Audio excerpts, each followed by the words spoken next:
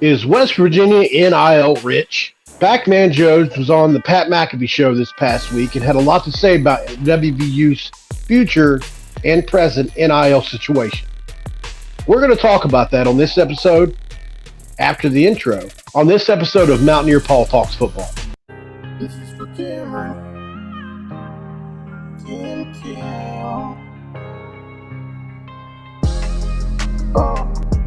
What is up, guys, and welcome in. My name is Mountaineer Paul, and you have landed yourself here again at Mountaineer Paul Talks Football. Guys, welcome in.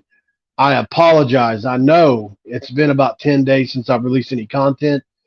It is like pulling teeth to find content worth doing anything on these days. Pac Man Jones was on the Pat McAfee show the other day and had a lot to say about the NIL situation at West Virginia University. I'm going to pull up something I got from Skylar Callahan in West Virginia Sports Illustrated.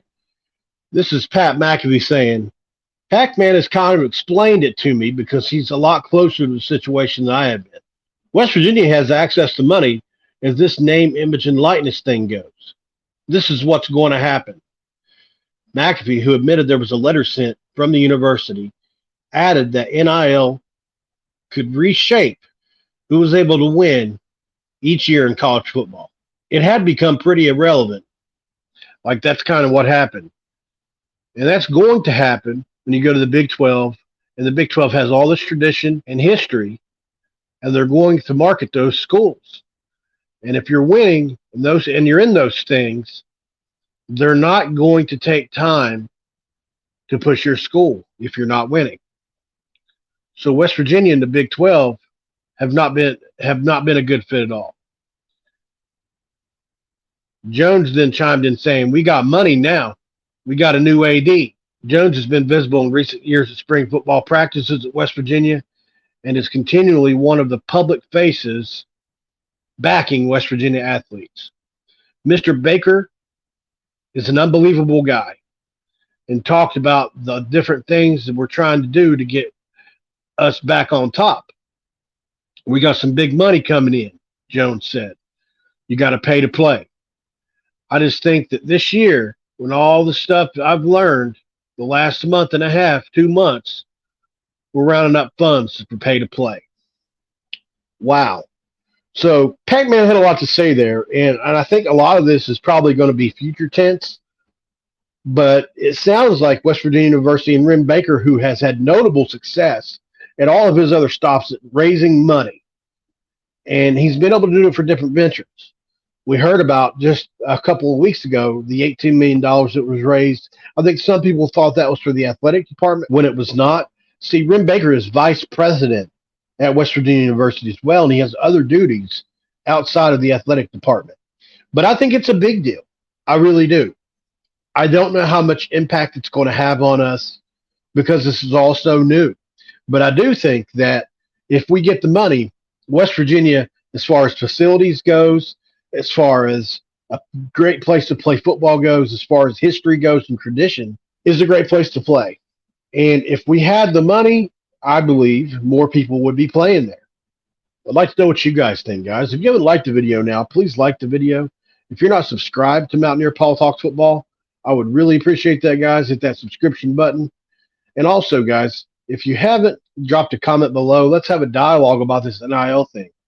Let me know what you think about what Pac-Man had to say about the NIL situation in the future of Mountaineer athletics.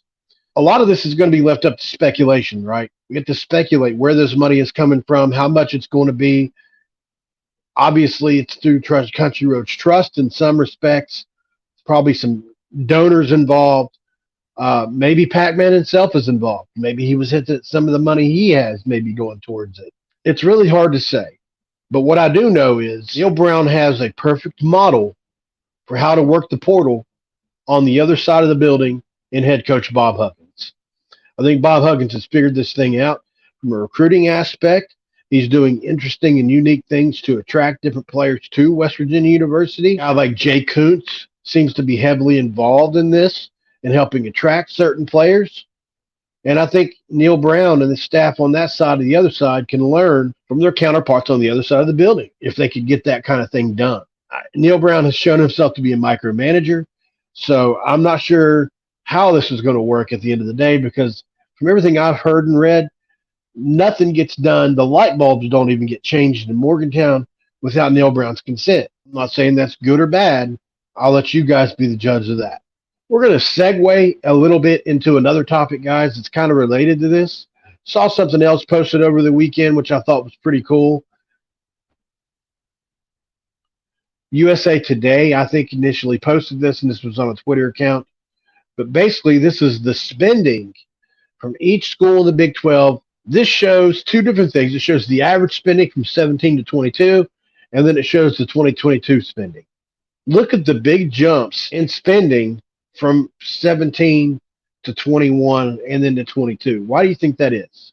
My theory is because of NIL. Coaches are still having to go on these recruiting trips in some places around the country to go see recruits that are now in the portal. And this is something that hasn't had to be done before as much as it is now. You might go get one guy that you need that's a graduate transfer 3-4 years ago, as to where now you go after, in some programs, go get 10 or 12 people.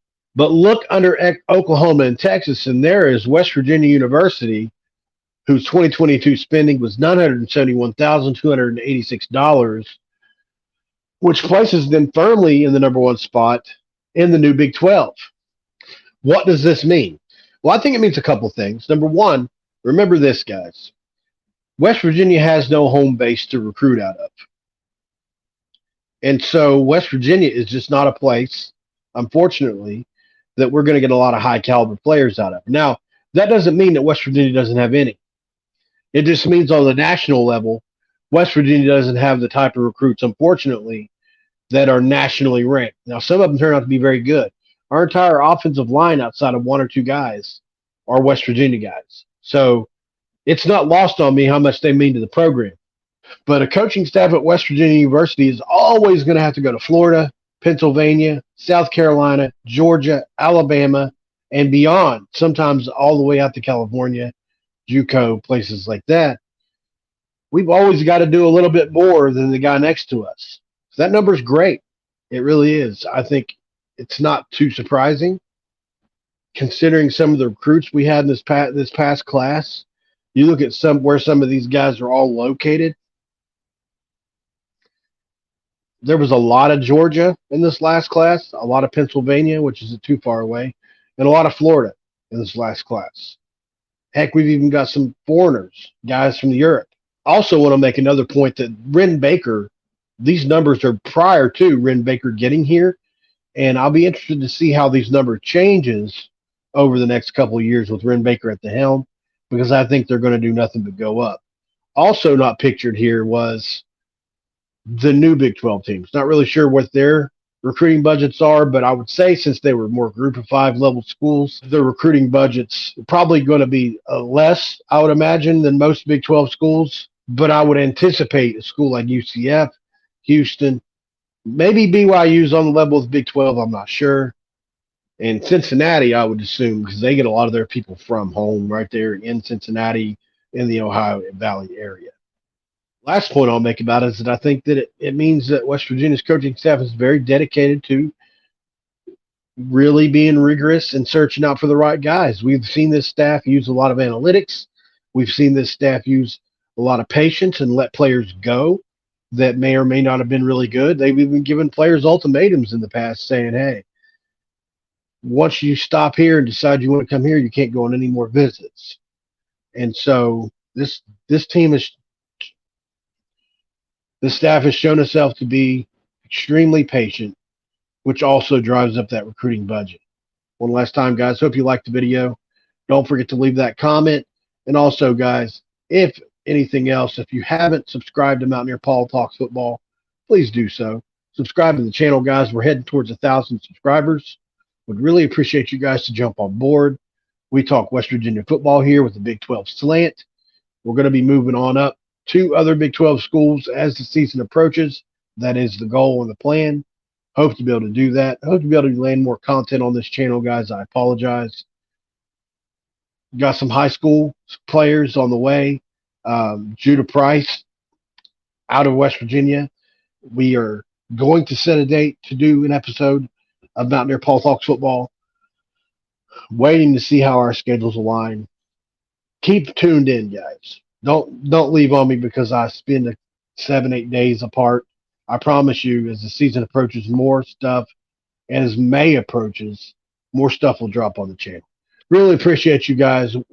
And lastly, my heart goes out to the family of Golden Blue Dude. I've not officially done anything on my channel yet. I've been on Twitter and very active on it. This is my first video since his passing, and unfortunately, even though I was involved in some other videos with Golden Blue Dude and some memorial videos and things like that, just want to say one more time how much I very much am going to miss him and his videos, just his impact on us as YouTubers, but most of all those kids, and I really wish that they got more money than they did, even though they got a lot, and really grateful for that. Unfortunately, it's never enough, is it? So heart goes out to them, guys. Really appreciate you guys. If you're still here, you're a trooper. Really appreciate all you guys, man. You guys mean a lot to me. I don't take you guys for granted, and I hope you don't take me for granted. This has been another episode of Mountaineer Paul Talks Football. I said this episode is over. I am out. This is for Cameron. Cam.